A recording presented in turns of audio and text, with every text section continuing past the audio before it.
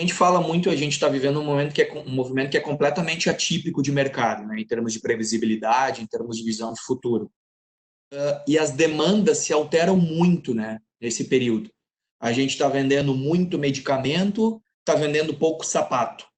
Como a gente pode proporcionar como a integração entre cadeias, como essa visão mais ampla, ela pode fazer com que a gente consiga minimizar um pouco esses impactos, para que eu não produza demais algo que não está vendendo, não me encha de estoques. Como é que eu posso fazer com que a tecnologia também me ajude nesse sentido? Vocês acham que é possível? Eu entendo que sim, essa noção de que eu tenho que balancear a cadeia total não é nova, né? É bem antigo e é comprovado o efeito de o fato da indústria não saber o que o cliente lá na ponta vai ter como demanda, o quanto que gera de estoque obsoleto, é, ou dinheiro parado em estoque, ou retrabalho, ou até mesmo entregas urgentes. Então, esse é um assunto antigo e que eu acho que tem sido cada vez mais, vamos dizer assim, otimizado graças à tecnologia que a gente tem hoje, né? Óbvio, tem espaço para muito mais, mas eu entendo sim que esse ponto é um ponto de integração entre empresas e vai naquela linha que a gente conversou, disruptivo, porque hoje a gente, pelo menos aqui no Brasil, eu vejo que a gente ainda está muito dentro do nosso ambiente. E quando a gente fala de disrupção, a gente vai ter que olhar o nosso vizinho, o nosso concorrente, o nosso cliente, o nosso fornecedor, o fornecedor do fornecedor. E a tecnologia hoje, né, como você comentou da nota fiscal, pode de repente a gente ter uma brilhante ideia e conseguir contribuir para o mercado.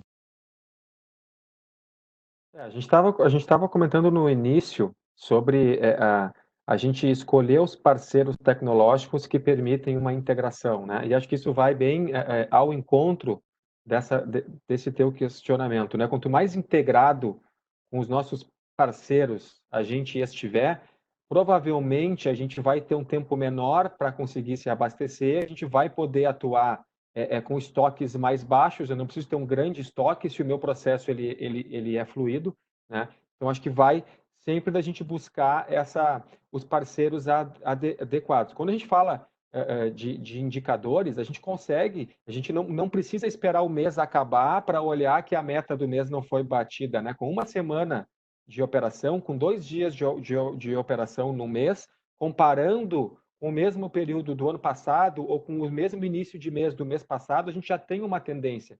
Computacionalmente falando, isso é básico de qualquer solução. A gente tem indicadores que permitem a gente antecipar, se dado a tendência até o momento, o resultado vai ser X ou Y, né? Então, de novo, voltando, né, achar os parceiros tecnológicos mais adequados que consigam te entregar esse nível de informação. E, se possível, se conectando com outros players que tu atue, porque nenhum parceiro tecnológico tem a bala de prata, tem a solução completa. Se alguém te oferecer a solução completa, desconfie. É verdade, né, Rafael? Como a gente vê, às vezes, algumas soluções mágicas nesse sentido, aí o André já deve ter se deparado, né? E a gente sabe que construir soluções desse tamanho, desse porte, que resolve uma série de problemas, é uma tarefa de múltiplas conexões, né? Ah, assim como o André tem experiência do dia a dia aí de indústria da visão, a gente sabe que não é uma área que resolve o problema sozinho, né? A gente está falando de um time que é conexo, né? Em tecnologia a gente não fala diferente. Eu queria fazer um gancho com essa questão. Eu vou entrar nesse tema um pouquinho mais de tecnologia e inteligência artificial no próximo questionamento a vocês, mas a gente fala muito dessa visão de uma visão compartilhada, né? E me chamou muito a atenção uma experiência que eu tive pré-pandemia, né? Falando pré-pandemia aí, nós vamos ter um mundo pré e um mundo pós, né? Mas que foi muito interessante olhando para a colaboração, né? Quando a gente fala de colaboração, de criar comunidade de negócio. Estava andando lá perto da Calçada da Fama, em Porto Alegre, na região do Moinhos, e nos chamou muito a atenção num dia um processo diferente de economia colaborativa, né? Ao invés de num único espaço de locação de imóvel, de loja, estar um vendedor com os seus produtos, haviam dentro deles 20 outros vendedores, e cada um com seu espaço na prateleira. em cada semana, 2 deles com o direito de expor na frente da loja. Então, a gente fala de criar uma comunidade de negócio, de dividir a possibilidade de custos e de informações e criar sinergia entre as partes, né? Porque, no fim, o objetivo é atender o cliente que está passando lá na frente.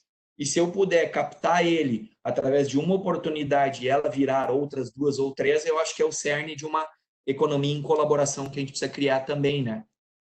Quando a gente fala de trazer essa visão ampla para o cliente, é conseguir captar a percepção dele. Tá, mas o que agrega valor para o cliente? Não adianta eu tentar empurrar isso, eu tenho que conseguir perceber e transmitir possibilidades para que ele veja valor em mim como um todo, né?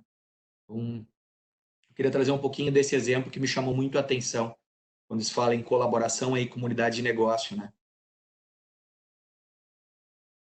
Legal. Hoje a gente, dentro da logística, tem uma visão muito de consolidação, né? Consolido o pedido, procuro consolidar ordens de produção, procuro consolidar num CD, num CD distribuição, negócios próximos, mas a gente tem que subir realmente, olhando para dentro da logística, mais para o colaborativo, né? Para conseguir ter vantagens competitivas, né? Então, acredito que a tecnologia pode ajudar. Perfeito. Na YouMove, a gente gosta sempre de iniciar qualquer projeto conversando sobre negócio, entendendo qual é o problema que a gente precisa resolver, qual é a dor que realmente é a latente, é que a gente precisa resolver. Entendendo a dor, entendendo o problema, aí sim a gente parte realmente para entender qual a solução mais adequada, né? O que, se for ver, é algo muito similar ao que acontece quando a gente vai numa consulta médica, né? Ninguém aqui vai numa consulta médica dizendo, doutor, eu preciso que o senhor faça uma incisão aqui de 5 centímetros aqui, acesse o meu pulmão. Não, eu chego dizendo que eu estou com falta de ar, que eu não consigo dormir, que eu estou com dor, e o médico, com toda essa expertise, esse know-how e os exames que tem ao alcance, ele faz esse diagnóstico adequado e oferece o remédio mais apropriado para aquela dor, né? Então, a gente, e aí eu vou fazer uma meia-culpa com o cenário internacional, né? O pessoal que trabalha com tecnologia, muitas vezes, infelizmente, a média de mercado a gente chega com a solução e quer te entregar a solução pronta. Primeiro, a gente precisa entender o problema.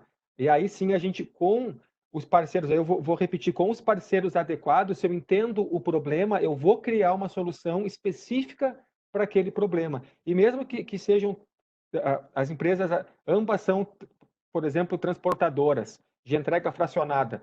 Se uma empresa atua no mercado paulista, a necessidade é uma, se atua no mercado gaúcho é outra. O contexto que envolve, né, os parceiros que a gente tem que estar integrando faz com que essa solução seja completamente diferente. Então é importante a gente estar sempre atento para o problema que a gente precisa de fato resolver, e depois que entende esse problema, a gente começa a conversar de fato sobre essa solução, que ela seja implantada o mais rápido possível.